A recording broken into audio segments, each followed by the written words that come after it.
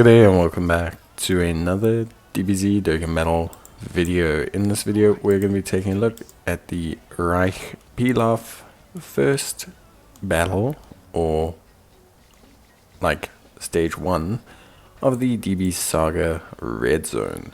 So obviously, just a full disclaimer here, I think don't expect these red zones to start out super duper strong, but I can already see that they're doing some interesting mechanics with this one.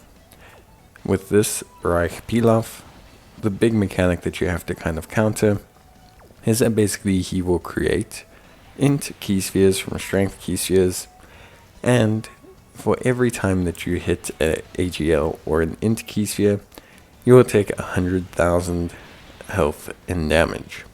You cannot be defeated by this, but overall it's still not great. Like, you don't really want to, you don't really want to have like your whole, how can I say, health bar diminished to 0, and basically come out to being like really low. So I think that's a huge mechanic. The way to work around it is to just have people that change the orbs back. So if Pilaf is creating int key spheres, then you should be able to theoretically create any other kind of key sphere that's not int and not AGL. And that's basically what we do. For lack of a better kind of functionality, what we essentially do is we just say, right, we are instead just going to have our team and everything create strength orbs, or we're going to have our team create physical orbs, or we're going to have our team create any kind of orb that is more suited towards us and our playstyle and our team. So that's immediately like your first, I want to say, point of call. Obviously, aside from that, there's not too much to worry about. Pilaf, functionally speaking, is okay. 300 million health, 500k normals, and a 1.25 million super. He does lower your attack and defense with his super, but for the most part, you're generally quite fine. I don't think it's his stats, his raw attack stats, or his raw damage, or anything like that, that is the big primary point of call. I think it's very clearly his mechanic of that 300k that you have to somewhat worry about.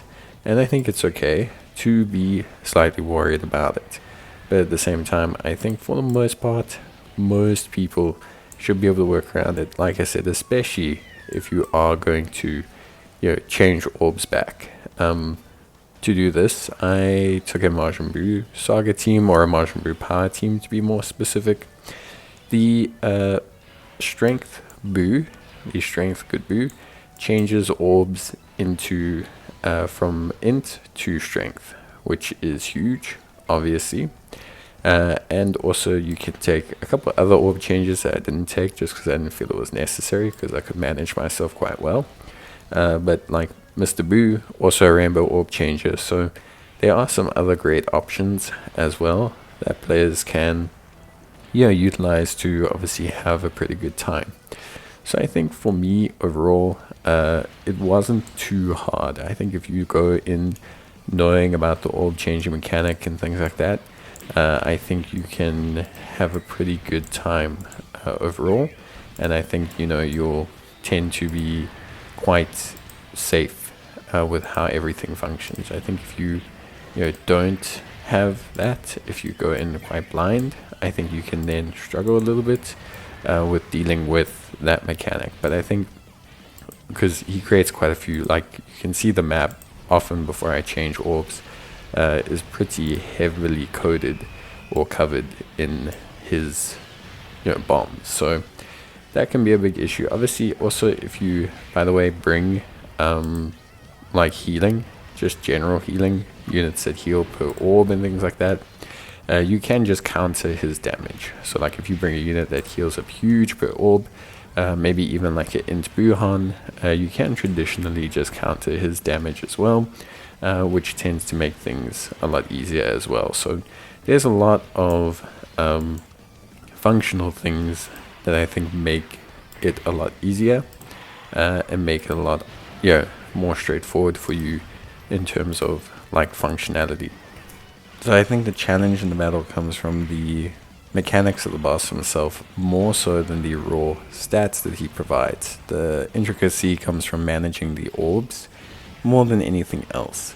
So I think at the end of the day, if you can counteract that challenge, for the most part you'll be well off in terms of your treatment of the boss. At the same time, if you don't, then I think you can easily find this quite a challenge. But I think this team does very well, not only in terms of just raw performance, but in terms of managing the mechanics itself. And I think at the end of the day, it's a pretty good choice. But any team that has some inherent orb changing, as well as any team that has some pretty high volume strength damage dealers, will probably end up doing alright, just in general. Because then you won't struggle really against a boss that ultimately only features one type of typing. He's physical type. It's very easy to kind of deal with him. So I think at the end of the day, it's not impossible to have a very easy time here.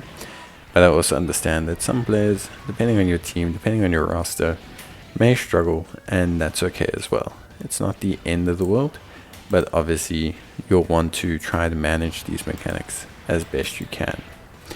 With that being said, that is pretty much it. Obviously we'll be wrapping up the boss fight now.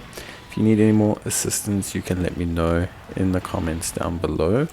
Otherwise, I will see you guys in the next one. So as always, take care, stay safe, and thank you for watching. I will see you in the next video. Bye.